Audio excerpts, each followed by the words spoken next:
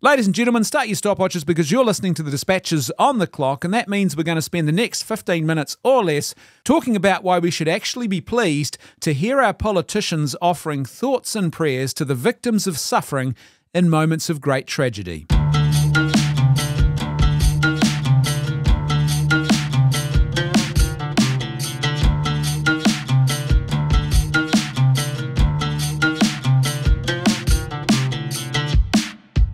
So last week here in New Zealand, we had a tragic fire at a place called the Loafers Lodge in Wellington. It's a hostel/boarding house, and that fire, which was actually an act of arson, has killed at least 5 or 6 people. We don't know the exact number of deaths as of the time of recording this podcast, but it was a very tragic event and quite a shocking event, because at the time, as these events were unfolding and in the hours and the sort of 24 hours, 48 hours or so afterwards, it wasn't exactly clear how many people had lost their lives, and it actually looked initially like a lot more people would be named as the victims of this fire. So, as you can imagine, a very serious moment of public tragedy. Christopher Luxon, the leader of the opposition party, appeared in the media when addressing this particular incident and said that his thoughts and prayers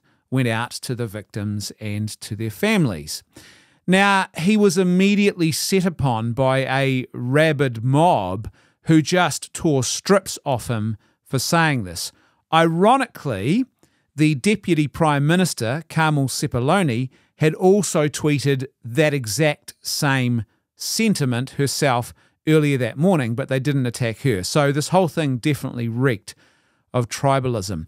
But what this was a reminder of this cynical, toxic trend that we have in our society now to ridicule and condemn anybody who talks about offering their thoughts and prayers to the victims of tragedy in moments of great suffering and crisis like this. I think the people who criticise in this way, they are flat out wrong, and they have not actually stopped, I think, to consider the implications of what they're saying and what their position actually represents and why it is so deficient.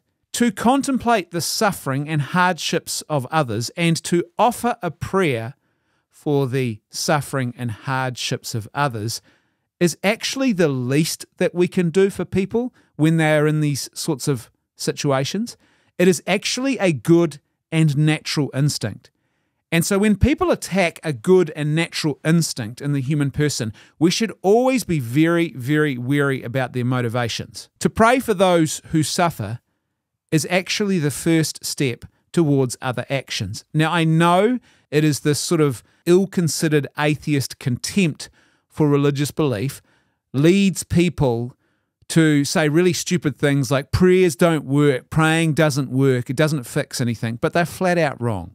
You see, to pray for those who suffer is actually the first step in an important chain of events that should follow on after that. But if I don't actually take that first and very important step of contemplating and praying for people who are suffering and who are in crisis, then I'm actually probably showing indifference to those people who are the victims of this, and I am almost certainly less likely to take concrete actions beyond prayers and contemplation of their situation. Now, you might be tempted to think, but Brendan, aren't you actually indifferent if you just fob people off by saying, my thoughts and prayers are with you? If that's insincere, then yes, you are actually also being indifferent in that situation too.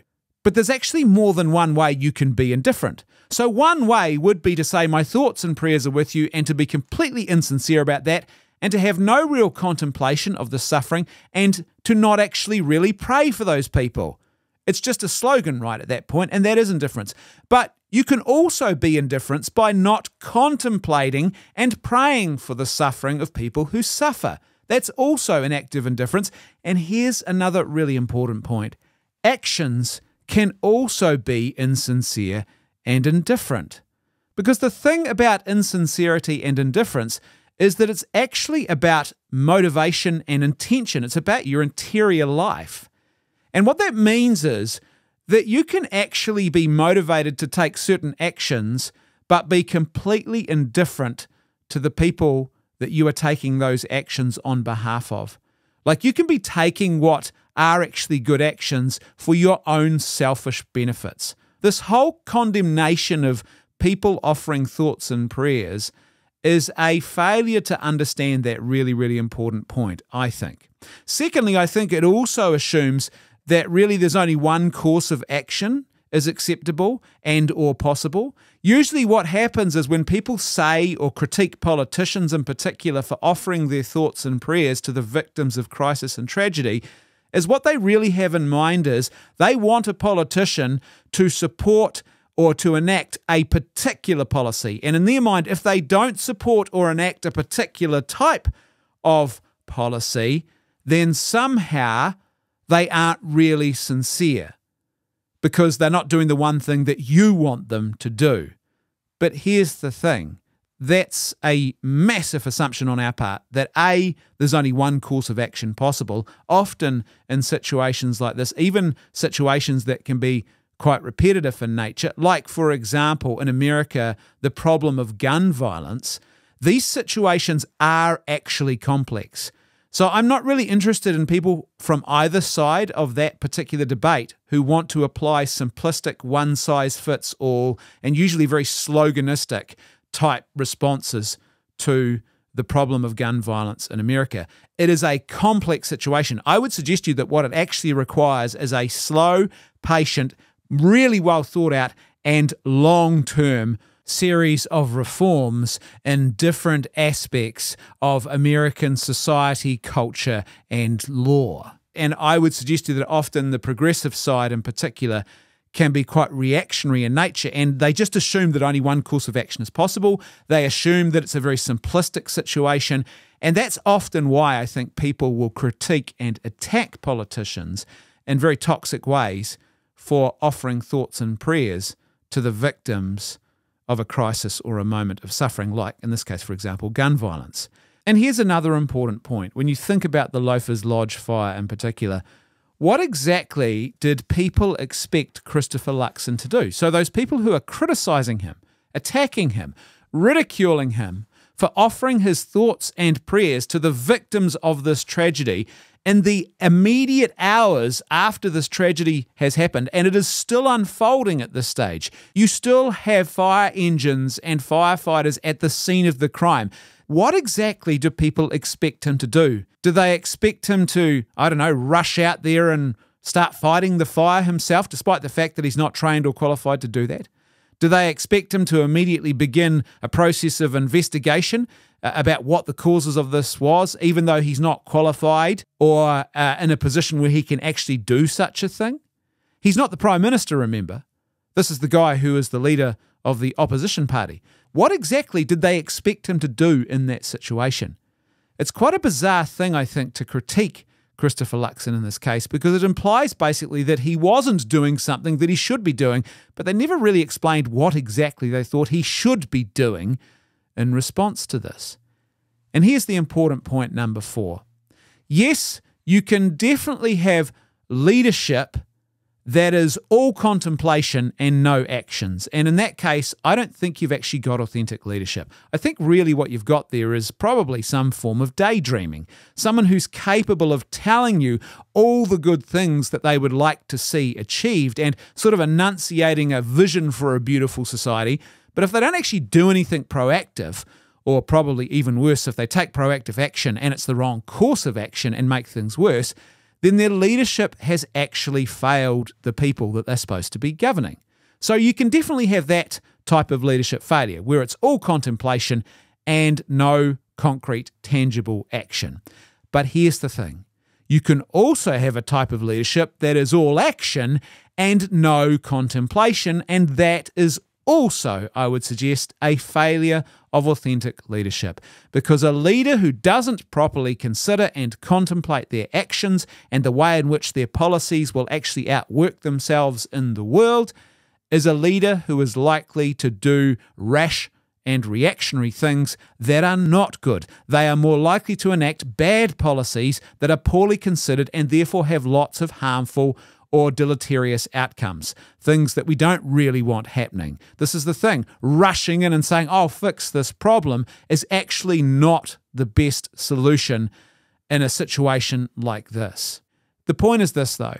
If I don't first have thoughts and prayers for those who are the victims of a tragedy like this, then I'm less likely to probably take positive action after that point. If I'm not even considering your suffering, why would I then go on to take action to respond to your suffering? If I'm not even taking the first and most straightforward of actions that I can take, which is to pray for you in your suffering, why am I going to be likely to then go on and actually take other practical actions to remedy your suffering? The truth is, I'm more likely to take action if I'm contemplating your suffering and I am focused in my prayer for your suffering, because this redirects me to the good of the suffering person. Prayer actually changes my will and my direction and my orientation, and that's one of the reasons why it's so fundamentally important. You see, if I don't stop to seriously contemplate a crisis, I am probably not likely to come up with a sound solution to that crisis. If all I do is just rush into it, or I don't even stop to contemplate it at all. This is what indifference actually looks like.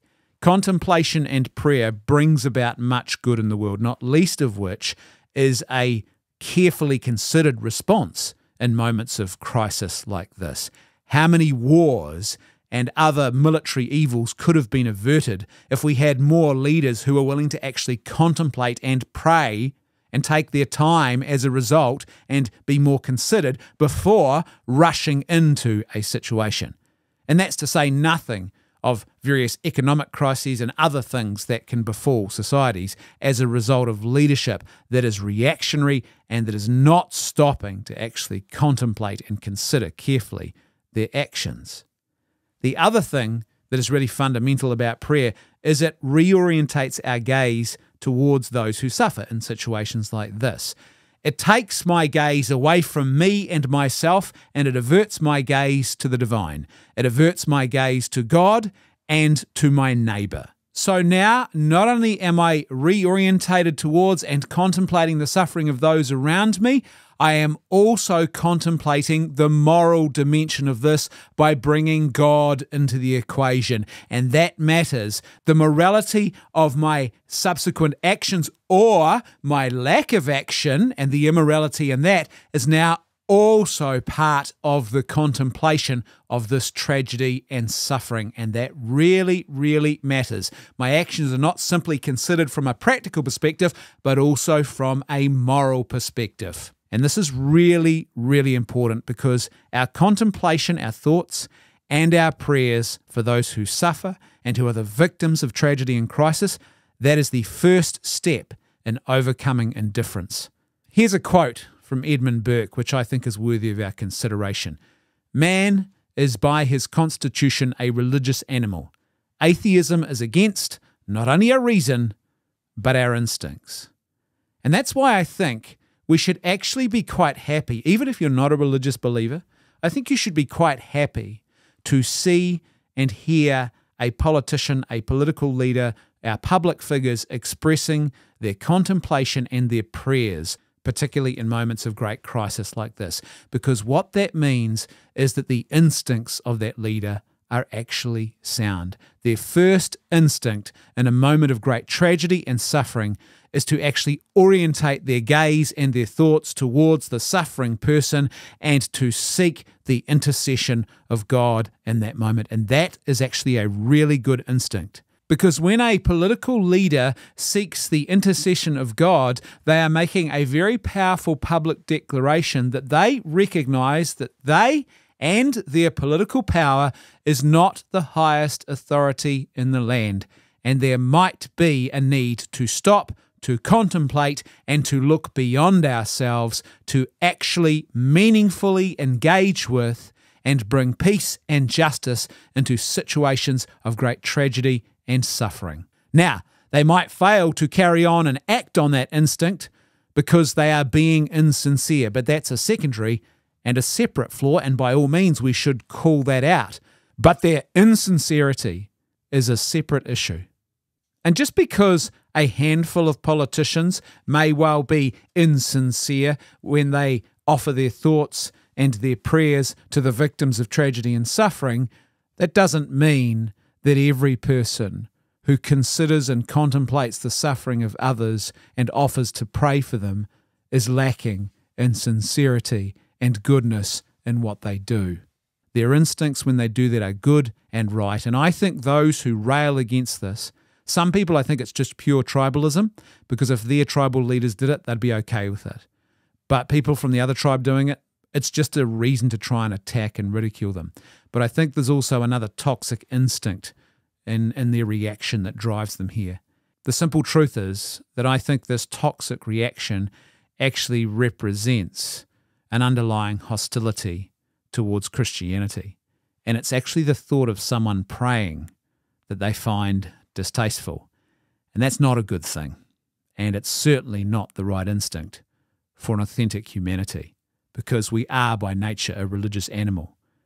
We have an instinct here which is good, and we should fall back on that instinct in moments of great suffering and tragedy when the very rug is pulled out from underneath us. Thank you for tuning in. Don't forget, live by goodness, truth and beauty, not by lies. And I will see you next time on The Dispatches.